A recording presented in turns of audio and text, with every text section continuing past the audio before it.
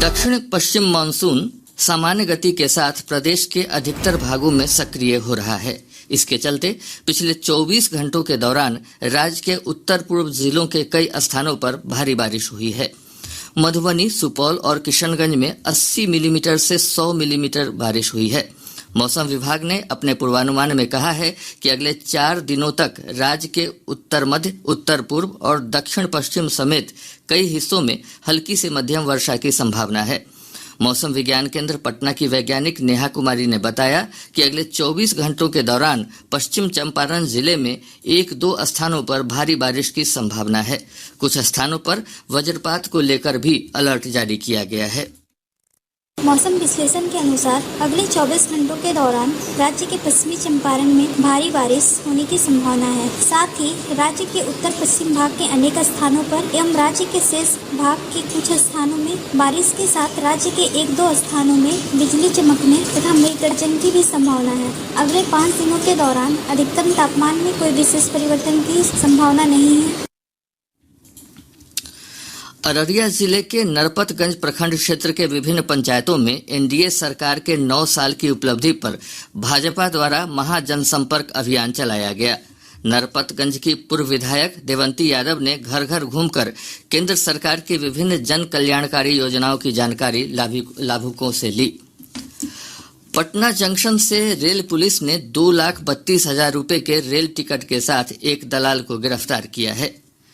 बेगूसराय जिले के बछवाड़ा थाना क्षेत्र अंतर्गत चमथा में भूमि विवाद में घटित 3 लोगों की हत्या के मामले में पुलिस ने फरार मुख्य अपराधी को गिरफ्तार कर लिया है। G20 देशों के श्रम संबंधी शिखर बैठक में शामिल होने आए देश विदेश के प्रतिनिधि आज प्राचीन नालंदा विश्वविद्यालय के धरोहरों का भ्रमण करेंगे। नालंदा विश्वविद्यालय की कुलपति सुनैना सिंह ने मेहमानों के सम्मान में आज दोपहर के भोज का आयोजन किया है। नालंदा प्रवास के बाद यह प्रतिनिधि अपने अपने देशों और क्षेत्रों के लिए रवाना हो जाएंगे। G20 देशों के श्रम समूह का शिखर सम्मेलन कल पटना में संपन्न हो गया।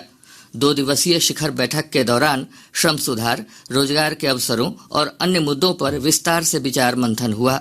जाने माने आर्थिक विशेषज्ञ और G20 टास्क फोर्स से जुड़े प्रोफेसर संतोष मेहरोत्रा ने आकाशवाणी समाचार से बातचीत में कहा कि श्रमिक संगठनों और व्यापार वाणिज्य से संबंधित बिजनेस समूहों के बीच 2 प्रमुख मुद्दों पर संयुक्त घोषणा पत्र को लेकर सहमति हुई। इसमें असंगठित क्षेत्र के मजदूरों को सामाजिक सुरक्षा का लाभ देना शामिल है। केंद्रीय सड़क परिवहन और राजमार्ग मंत्री नितिन गडकरी ने कहा है कि वे भारत में पेट्रोल और डीजल वाहनों के उपयोग को चरणबद्ध तरीके से समाप्त करने के लिए मिशन मोड पर काम कर रहे हैं। मुंबई में नवभारत पर्यावरण सम्मेलन और पुरस्कार समारोह को संबोधित करते हुए श्री गडकरी ने कहा कि यह जानकर दुख होता है कि हमारे देश में दर्ज किए गए कुल प्रदूषण में वाहन प्रदूषण का योगदान 40% है। उन्होंने कहा कि भारत में सालाना 16 लाख करोड़ रुपए मूल्य का कच्चा तेल आयात किया जाता है। श्री गडकरी ने कहा कि जीवाश्म ईंधन का उपयोग अर्थव्यवस्था के साथ साथ पर्यावरण के लिए भी एक चुनौती है।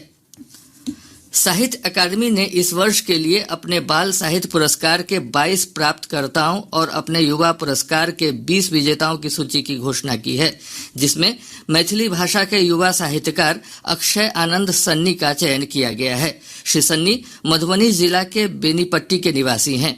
उन्हें यह पुरस्कार बाल कविता संग्रह ओल कतरा झोल कतरा के लिए दिया जाएगा।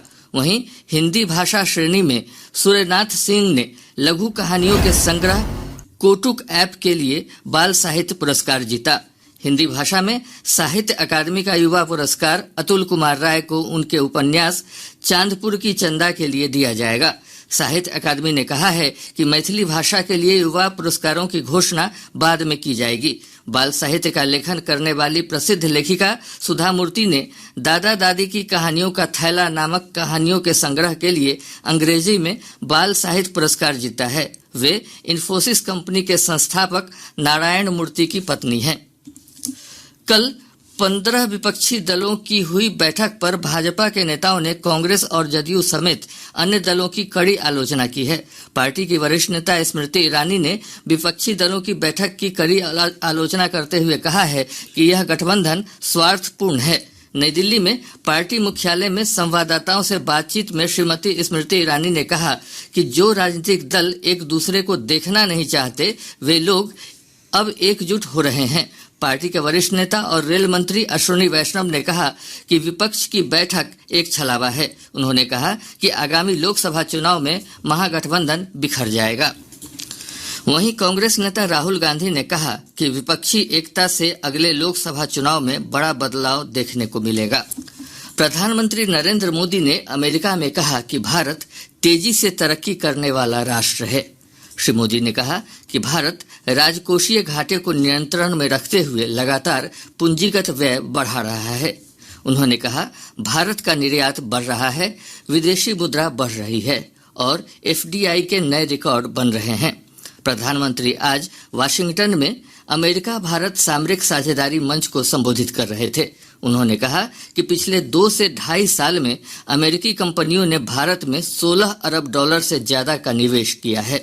उन्होंने कहा भारत अमेरिका सामरिक साझेदारी अमेरिका के लगभग हर राज्य के लोगों के साथ एक विशेष प्रकार का संबंध बना रही है। इन संबंधों में आपसी विश्वास और साझा प्रतिबद्धता दिखती है। मैं प्रेसिडेंट बाइडेन समेत बहुत से लोगों से मिला हूं। मेरी कितने ही सीईओ के साथ, यहाँ के दिग्गजों के साथ मुलाकात हुई है। जिस एक बात ने मुझे सबसे ज्यादा आत्मविश्वास दिया वो है भारत और अमेरिका की पार्टनरशिप। ये पार्टनरशिप सिर्फ कन्वीनियंस की पार्टनरशिप नहीं है, ये पार्टनरशिप है कन्विक्शन की।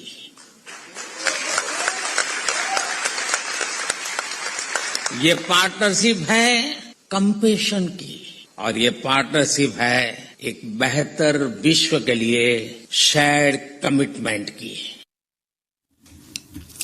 प्रधानमंत्री ने कहा कि आज भारत की जीडीपी में निजी उपभोग की हिस्सेदारी पिछले 15 साल में सबसे ज्यादा है। श्री मोदी ने कहा कि भारतीय कंपनियां अमेरिका में अरबों डॉलर का निवेश कर रही हैं। उन्होंने कहा भारतीय कंपनियां वैश्विक स्तर पर जा रही है। प्रधानमंत्री ने कहा भारत अमेरिका साझेदारी दोनों देशों और उनके नागरिकों के लिए फायदेमंद है। उन्होंने कहा दोनों देशों ने भारत अमेरिका को सबसे विश्वसनीय साझेदार बनाने के लिए बड़े फैसले लिए हैं। श्री मोदी ने कहा कि आज भारत अवसंरचना पर रिकॉर्ड $125 अरब से ज्यादा का निवेश कर रहा है। उन्होंने कहा कि आज भारत के पास युवाओं का सबसे बड़ा प्रतिभावान पुल है और सबसे बड़ा कुशल और पेशेवर कार्यबल भी है। प्रधानमंत्री ने कहा भारत में हर हफ्ते एक नई यूनिवर्सिटी खुल रही है, हर 3 दिन में एक अटल टिकरिंग लैब बन रही है, हर 2 दिन में एक कॉलेज बन रहा है, हर दिन एक नया आईटीआई खुल रहा है और हर साल एक नया आईआईएम और आईआईटी खोले गए। उन्होंने कहा कि इन संस्थानों की प्रतिभाएं विश्व कल्याण के लिए काम कर रही हैं। केंद्र सरकार ने भारतीय खाद्य निगम को खुदरा कीमतों में मुद्रास्फीति को रोकने के लिए गेहूं और चावल की ई नीलामी आयोजित करने का निर्देश दिया है। नई दिल्ली में मीडिया को संबोधित करते हुए एफसीआई के अध्यक्ष और प्रबंध निदेशक अशोक मीणा ने कहा कि विशेष आदेश के तहत उचित और औसत गुणवत्ता वाले गेहूं का आधार मूल्य 2,150 रुपये प्रति क्विंटल और गेहूं के लिए 2,125 रुपये प्रति क्विंटल रखा गया है। उन्होंने कहा कि गेहूं की जमाखोरी को नियंत्रित करने के लिए सरकार ने निर्णय किया है। नीलामी में भाग लेने के लिए गेहूं स्टॉक मॉनिटरिंग सिस्टम पोर्टल में घोषणा अनिवार्य है। इसके अलावा प्रोसेसर और व्यापारियों को नीलामी में भाग लेने के लिए उनके पास FSSAI का वैध लाइसेंस भी होना अनिवार्य है। ओपन मार्केट सेल स्कीम घरेलू के तहत चावल की ई नीलामी अगले महीने की 5 तारीख से शुरू होगी। चावल का बेस प्राइस 3,100 रुपये प्रति क्विंटल है।